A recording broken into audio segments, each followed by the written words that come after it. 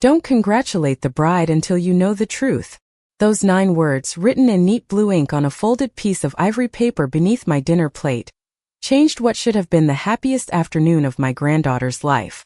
My name is Eleanor Brooks, and at 68 years old, I believed I had learned to recognize the difference between ordinary worry and genuine danger. That Saturday in late May, I was certain I was simply attending Grace's wedding, wearing the pale lavender dress she had helped me choose 6 weeks earlier. The ceremony was being held at a beautiful historic estate outside Charleston, where white roses lined the stone walkway and gentle music floated through the warm spring air.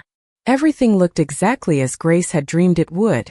Guests laughed beneath strings of lights, waiters carried silver trays filled with sparkling lemonade and iced tea, and families embraced after months apart. I smiled at neighbors, accepted warm hugs from distant cousins, and silently thanked my late husband, Thomas, for teaching me that family celebrations deserved our full hearts, even after loss. Grace looked radiant, her smile bright enough to make every camera flash seem unnecessary. I wanted nothing more than to see her begin a joyful new chapter. My son Michael waved from across the reception lawn, though something about the smile he offered seemed practiced rather than natural. His wife, Vanessa, stood beside him greeting guests with flawless manners and effortless elegance. She looked perfectly composed, yet every few minutes I caught her glancing toward my table as if checking whether I had arrived or perhaps waiting for something else entirely. I told myself I was imagining it. Weddings are emotional occasions, and people often seem distracted. After the ceremony ended, an usher escorted me to my assigned seat near the center of the ballroom. Crystal chandeliers reflected warm golden light across polished wooden floors, while each table displayed fresh peonies arranged in delicate glass vases. My place setting included a handwritten name card with graceful calligraphy, polished silverware, and a neatly folded linen napkin. It all looked thoughtful until I reached for the napkin and noticed the folded paper hidden underneath my plate. At first, I assumed it was part of the menu or perhaps a sweet message from Grace. She had always loved small surprises, but the moment I unfolded it, my heartbeat slowed instead of racing. The message was short, deliberate, and strangely personal. Don't congratulate the bride until you know the truth. There was no signature, no explanation, no hint of who had written it or why it had been left where only I would find it. I carefully folded the note again and slipped it into my small handbag without allowing anyone to notice. Years of raising a family had taught me that reacting too quickly often revealed more than remaining calm. Across the room, Vanessa laughed with another guest, then looked directly toward me. Our eyes met for only a second before she turned away. I smiled politely, exactly as though nothing unusual had happened. Inside, however, a quiet question had already begun to settle into my thoughts. Someone wanted me to see that note. Someone had trusted that I would understand its importance. And as the newlyweds entered the ballroom to a standing ovation, I realized the celebration surrounding me suddenly felt less like the beginning of a beautiful marriage and more like the opening scene of a story no one else knew had already begun. The applause slowly faded as everyone settled into their seats, replaced by the comfortable hum of conversations and the gentle clinking of silverware against fine china. Around me, people admired the floral arrangements, complimented the wedding planner, and laughed over old family memories. On the surface, everything appeared exactly as it should. Even I smiled whenever someone stopped by my table to congratulate me on Grace's beautiful wedding. I thanked them sincerely because none of this belonged to whatever mystery was quietly unfolding beneath the polished elegance of the afternoon. My granddaughter deserved every joyful moment she had dreamed about since she was a little girl arranging dolls in imaginary wedding ceremonies across my living room floor. I refused to let one anonymous note steal that happiness from her, at least not until I understood why it had been written. Still, I found myself watching instead of simply celebrating. It was a habit I had developed after Thomas passed away 4 years earlier. Grief teaches you that silence often says more than words ever can. Michael continued making his way from table to table, shaking hands, smiling for photographs, and thanking guests for coming. Yet I noticed he rarely remained in one conversation for very long. Every few minutes, his eyes drifted toward Vanessa, almost as though he were waiting for reassurance that everything was proceeding according to plan. Vanessa, meanwhile, seemed remarkably attentive to details that most mothers of the groom would have happily ignored.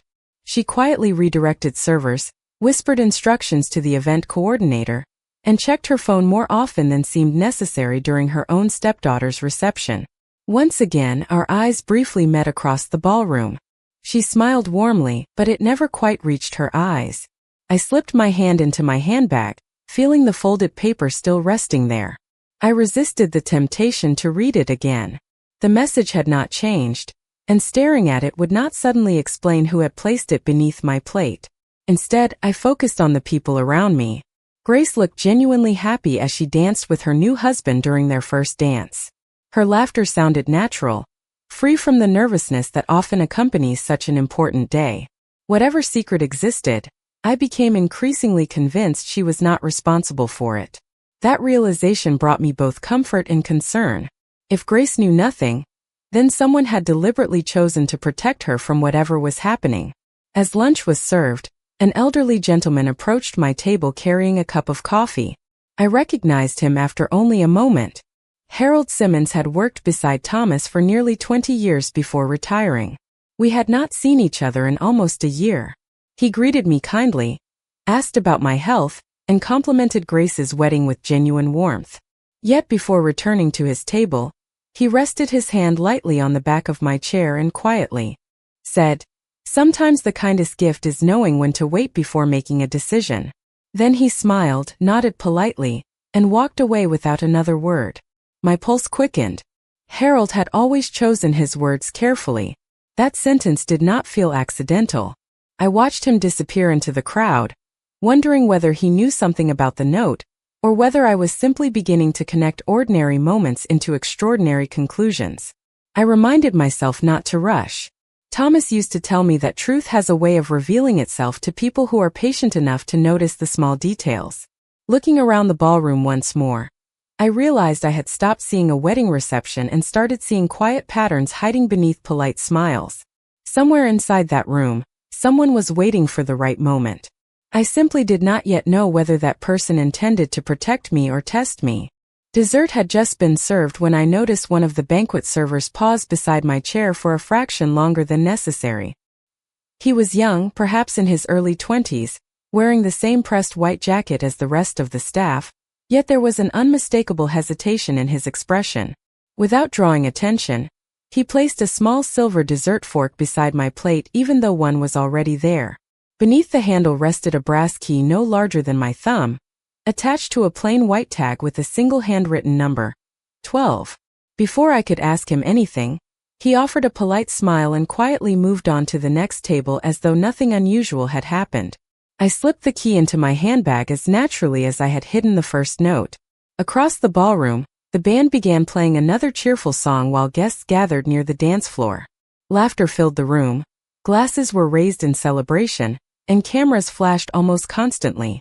Yet beneath all that happiness, I felt as though I were following invisible footprints only I could see. I waited several minutes before excusing myself from the table.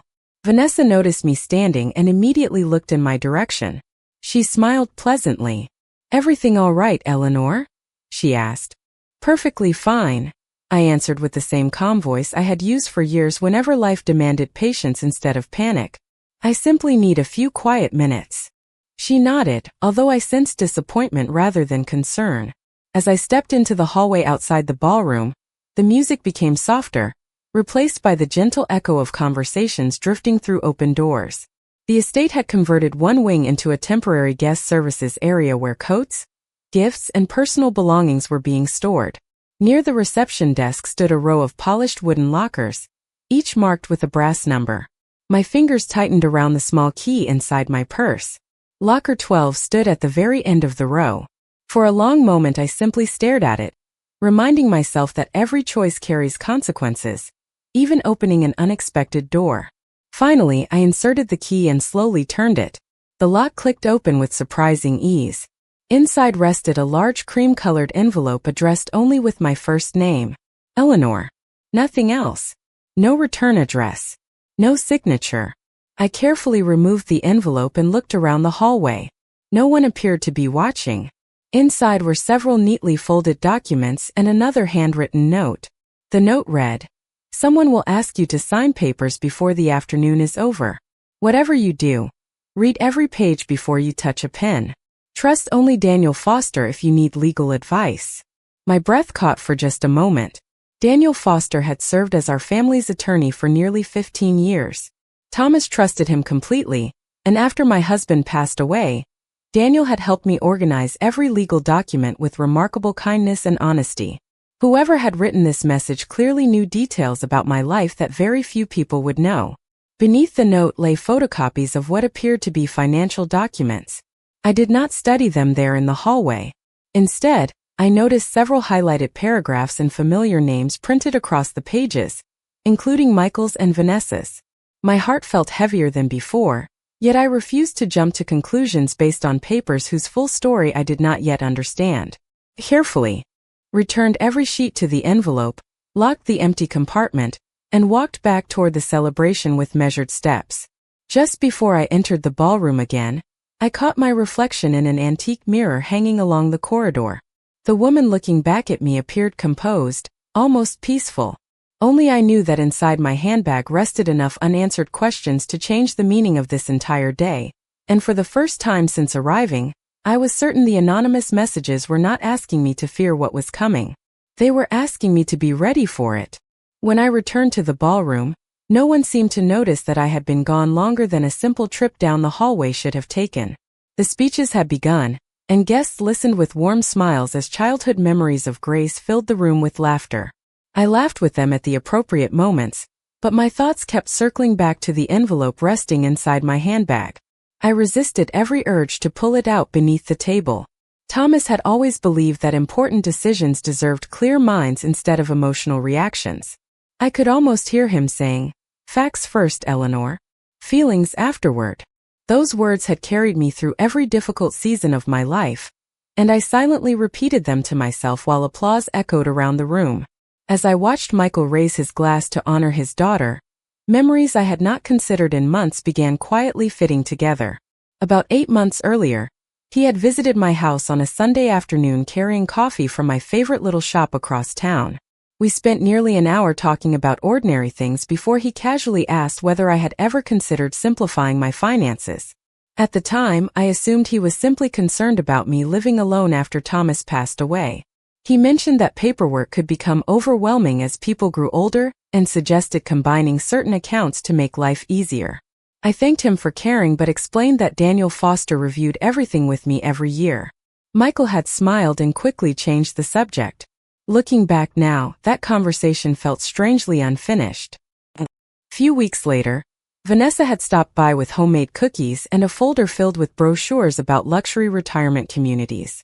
She insisted she was only gathering information because several of her co-workers had helped elderly relatives relocate. I remembered politely telling her that I loved my home exactly where it was. Every rose bush in the backyard had been planted by Thomas. Every bookshelf inside held memories collected over 4 decades. She accepted my answer gracefully, yet I noticed a flicker of disappointment crossing her face before she recovered with another pleasant smile. At the time, I dismissed it as harmless enthusiasm. Then there had been Christmas. Vanessa had insisted on organizing every holiday gathering herself, explaining that she wanted me to relax instead of worrying about hosting. It sounded thoughtful, and I appreciated the gesture. Still, I remembered how often conversations about property values, investments, and future planning somehow appeared during family dinners. They never became arguments. They simply floated through the room like harmless observations, always ending before I had reason to question them. Sitting at the wedding reception now, those scattered memories no longer felt unrelated. They resembled puzzle pieces that had waited patiently for the missing corner. I glanced toward Grace. She was laughing with her bridesmaids, completely unaware of the quiet storm building around her celebration. That realization strengthened my resolve. Whatever truth those documents contained, I would not allow this day to become a public confrontation unless there was absolutely no alternative. Grace deserved to remember her wedding for love, not conflict. As another toast concluded, Harold Simmons caught my attention from across the room. He did not wave or approach. Instead, he simply lifted his coffee cup ever so slightly before returning to his conversation. It was a small gesture, but somehow it reassured me that I was not entirely alone. I placed one hand over my handbag beneath the table, feeling the outline of the envelope through the leather. The anonymous writer had warned that someone would ask for my signature before the afternoon ended. Until that moment arrived, my greatest responsibility was not uncovering every answer. It was remaining patient enough to recognize the truth when it finally stepped into the light. As the afternoon moved gently toward evening, the celebration settled into an easy rhythm. The photographer gathered relatives for family portraits while children chased one another across the lawn beyond the ballroom windows. Soft music drifted through the open doors, blending with quiet conversations and the occasional burst of laughter. From the outside, it looked like the kind of wedding people would remember for years with nothing but happiness. I wanted that to remain true for Grace, which made every decision I took feel even more important. I stayed where I was, smiling whenever someone approached my table, listening carefully whenever Michael or Vanessa passed nearby. Neither of them behaved in a way that would seem suspicious to anyone else. They thanked guests, complimented the catering, and made certain everyone felt welcome. Yet I noticed they rarely spent more than a few seconds apart before exchanging another quick glance across the room. It was not the look of two people enjoying a family celebration. It was the look of two people waiting for something to happen. A few minutes later, Harold Simmons quietly approached my table carrying another cup of coffee. Instead of sitting down immediately, he asked whether I would mind stepping onto the veranda for a little fresh air. His voice sounded relaxed enough that no one nearby paid any attention. I followed him outside where the warm spring breeze carried the scent of blooming magnolia trees across the estate grounds. For a few moments we simply admired the view in silence. Then Harold spoke without looking directly at me. "Thomas always said you were the calmest person in any difficult situation," he said softly. I hope he was right. I answered with a faint smile. I am beginning to believe he prepared me better than I realized. Harold nodded. "Daniel Foster is on his way. He was not originally invited, but someone believed he might become necessary before the reception ends." Felt the weight of those words more than their sound. "Did you leave the messages?" I asked quietly. Harold slowly shook his head. "No. But I know who asked for them to reach you, and I promised I would not interfere unless absolutely necessary." Before I could ask another question, he added, "Please remember one thing. If anyone places documents in front of you today, do not let yourself be rushed. Read every page. If they discourage you from reading carefully, that alone tells you everything you need to know." He gently placed his coffee cup on the stone railing and returned inside, leaving me alone with more certainty than answers. When I stepped back into the ballroom, I noticed Daniel Foster entering through the main doorway wearing a navy suit and carrying a slim leather briefcase. He greeted several guests warmly, making his arrival appear completely natural, though I knew weddings rarely required family attorneys. Daniel caught my eye for only an instant before offering the slightest reassuring nod. Nothing more was needed. He understood that this was neither the time nor the place for dramatic conversations. I returned to my seat just as the master of ceremonies announced another toast. Vanessa noticed Daniel almost immediately. The color in her face did not disappear, but her confident expression tightened ever so slightly before she recovered with another gracious smile. Michael turned toward the entrance, recognized Daniel as well, and seemed briefly confused. Neither of them approached him. Instead, they quietly exchanged a few whispered words between themselves. I rested one hand upon my handbag beneath the table, feeling the envelope still safely inside. Whatever had been carefully arranged behind polite smiles was approaching its final moment. For the first time all afternoon, I no longer felt uncertain. I simply felt prepared to meet whatever came next with the same quiet dignity Thomas had always admired in me. The evening sunlight poured through the tall ballroom windows, covering the polished floor with long bands of golden light, as the reception moved into its final hours. Guests gathered around the cake table while the band prepared for another round of dancing. It was then that Vanessa approached me with the same graceful smile she had worn all afternoon. She carried a slim navy folder tucked neatly beneath one arm, and Michael walked only a step behind her. Anyone watching would have assumed they were simply checking on me, making certain I was comfortable after such a long celebration. "Eleanor," Vanessa said warmly, "I hope you have had a wonderful day." There is just one little family matter we hope to take care of before everyone leaves. It will only take a minute." Her voice was perfectly pleasant, almost rehearsed. I looked from her to Michael, whose smile seemed slightly forced. "Of course," I replied calmly. "What kind of family matter?" Michael cleared his throat before answering. "Nothing complicated. We have been organizing some estate paperwork that affects several members of the family. Since everyone is together today, we thought it might save you an extra trip into town later." He held out the folder as though offering me a simple dinner menu.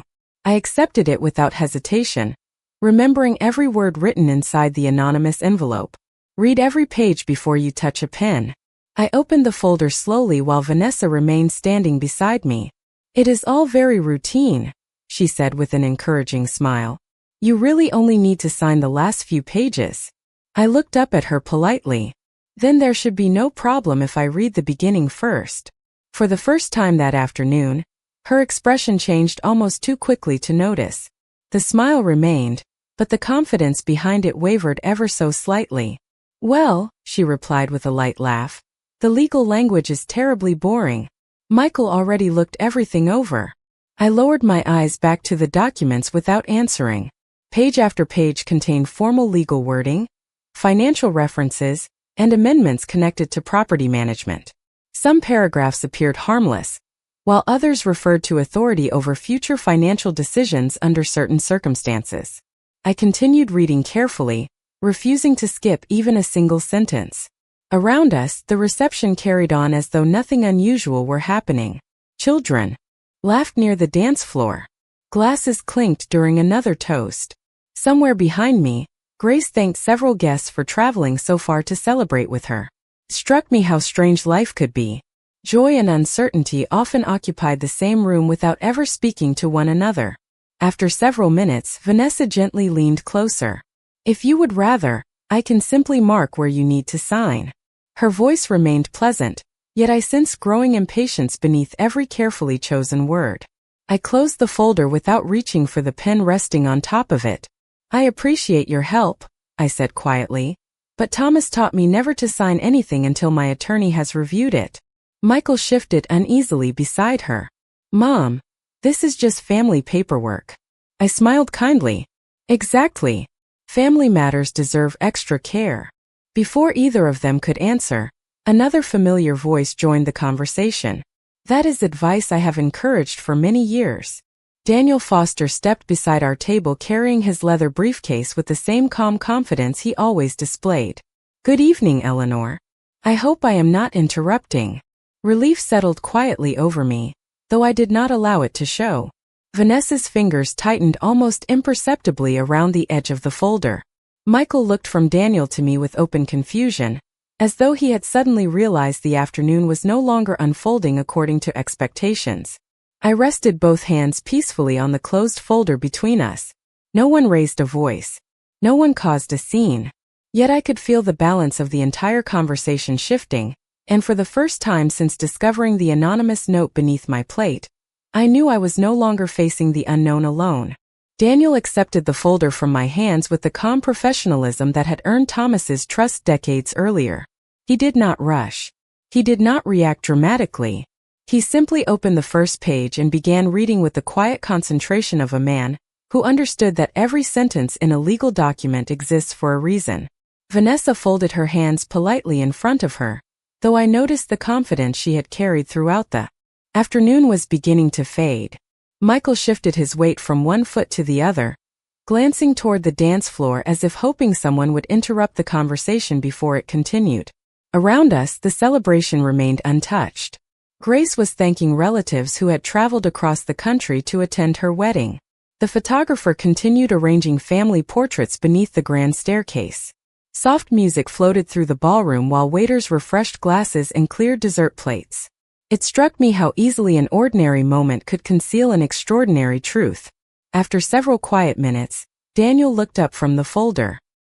His expression remained composed, but there was a firmness in his voice that immediately caught my attention. "Eleanor," he said, "you were absolutely correct not to sign these documents before having them reviewed." Vanessa laughed lightly, attempting to ease the tension. Surely there is nothing unusual in them. They were prepared as part of a long-term family planning package. Daniel closed the folder carefully before responding. Some portions are perfectly routine. Others are not. Michael frowned. What do you mean?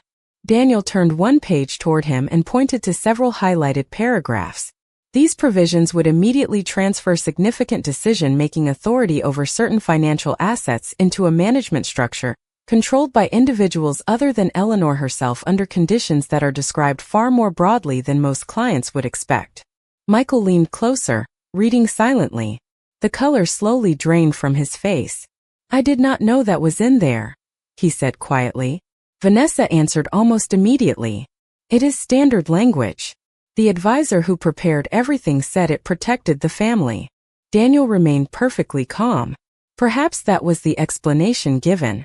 Nevertheless, this language deserves careful discussion before anyone signs. I watched Michael carefully. His confusion did not appear rehearsed. He looked genuinely surprised, turning page after page as though seeing the contents for the first time. That realization shifted something inside me. Throughout the afternoon I had assumed he fully understood every document placed before me. Now I was no longer certain. Before anyone spoke again, Harold Simmons approached our table carrying a slim envelope. Daniel, he said warmly, I believe you should have this as well. Daniel opened the envelope and removed several copies of correspondence. He scanned the first page before quietly handing one document to me. It contained email exchanges between the outside financial consultant and Vanessa discussing revisions to the paperwork. Several comments referred to simplifying the presentation so that the documents would appear easier to approve during a family gathering. There was no dramatic confession, no outrageous statement, only a series of polite professional messages that suddenly explained why I had been encouraged to sign without reading. Vanessa looked at the papers for only a moment before lowering her eyes. She did not argue. She simply whispered, "That was never supposed to happen here." Her words hung quietly between us. Michael looked at her with a mixture of disbelief and disappointment. "You told me everything had already been reviewed," he said softly. She remained silent. I placed the papers back into the envelope and rested my hand gently upon it. Anger would not improve this moment. Public humiliation would not strengthen my family. Grace deserved to remember this evening for the promises she had made, not the mistakes unfolding a few yards away. I looked first at Daniel, then at Harold, grateful for the quiet wisdom that had guided me through the day. Finally I met Michael's eyes. For the first time since arriving at the wedding, I saw not confidence or certainty but the unmistakable expression of a son realizing that trust, once neglected, must be earned again one honest decision at a time. Michael remained silent for what felt like a very long time. The lively music from the ballroom continued only a few yards away, but inside the quiet corner where we stood, every passing second seemed to carry more weight than the last. He slowly closed the folder and looked toward Vanessa, searching her face for an explanation that never came. She kept her eyes lowered, holding the edge of a chair as though she suddenly needed something steady to lean against. Daniel carefully gathered the documents into his briefcase without another word. He understood that this was no longer a legal discussion. It had become a family one. Before anyone else could speak, Grace appeared beside us with a warm smile that faded almost immediately when she noticed our expressions. "Is everything all right?" she asked gently. No one answered at first. I stepped forward and placed my hand lightly over hers.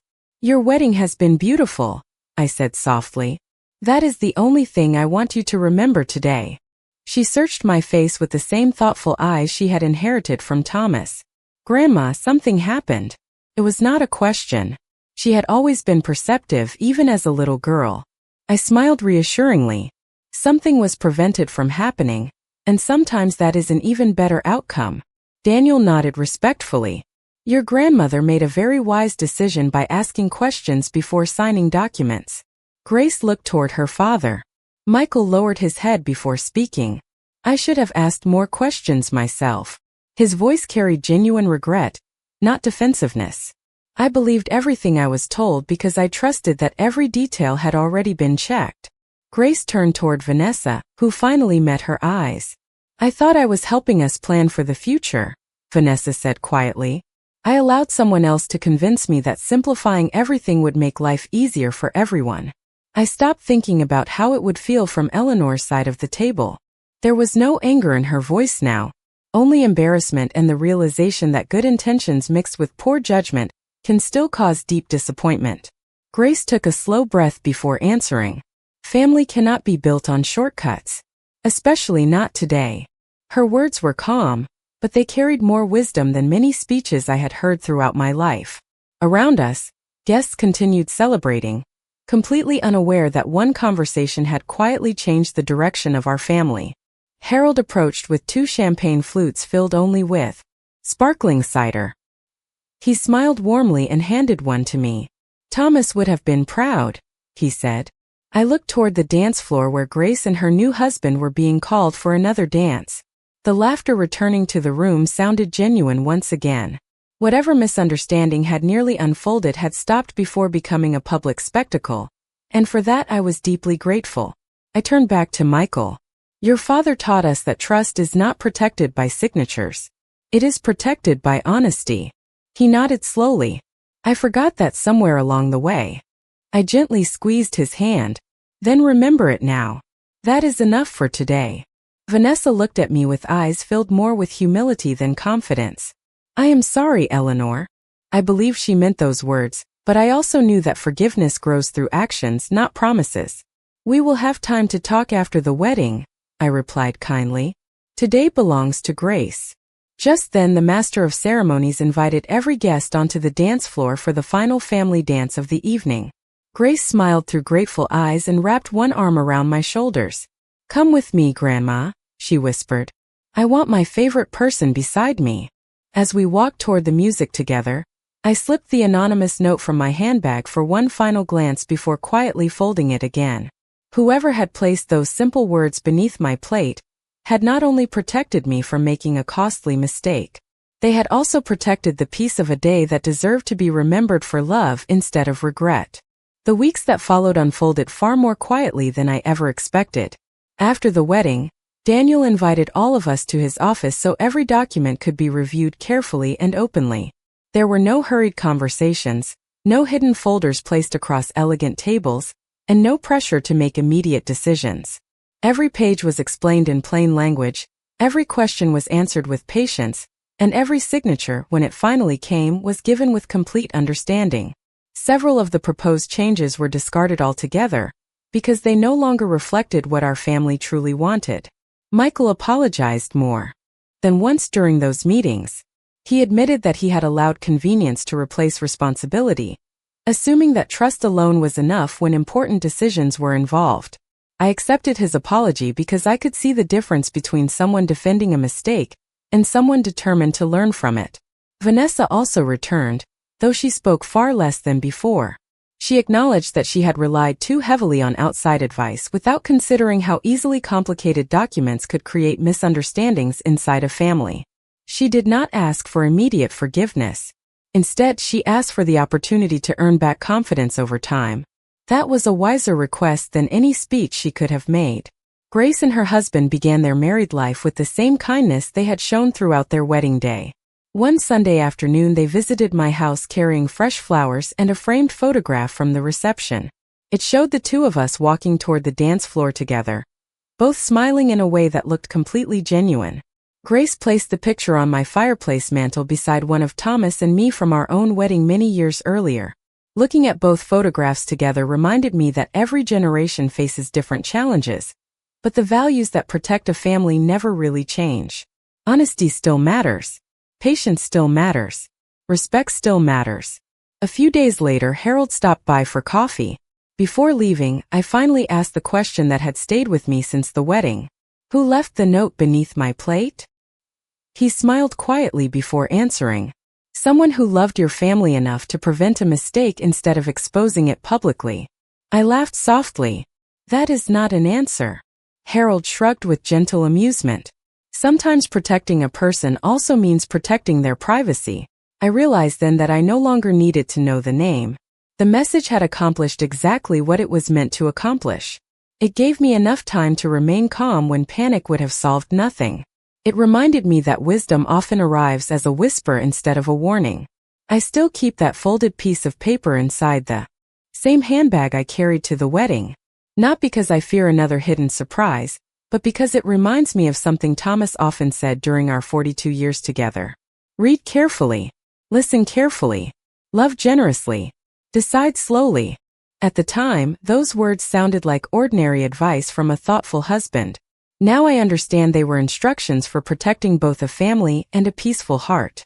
Whenever I look at the wedding photograph, I no longer think about legal documents or anonymous messages. I remember my granddaughter smiling as she reached for my hand and invited me onto the dance floor. That is how I choose to remember the day. Not as the afternoon when secrets nearly divided our family, but as the day quiet wisdom, patient hearts, and honest conversations kept us together. Sometimes the greatest victories do not come from proving someone wrong. They come from choosing dignity over anger, truth over assumption, and grace over pride. Those choices rarely make the loudest headlines, but they build the strongest families, one careful decision at a time.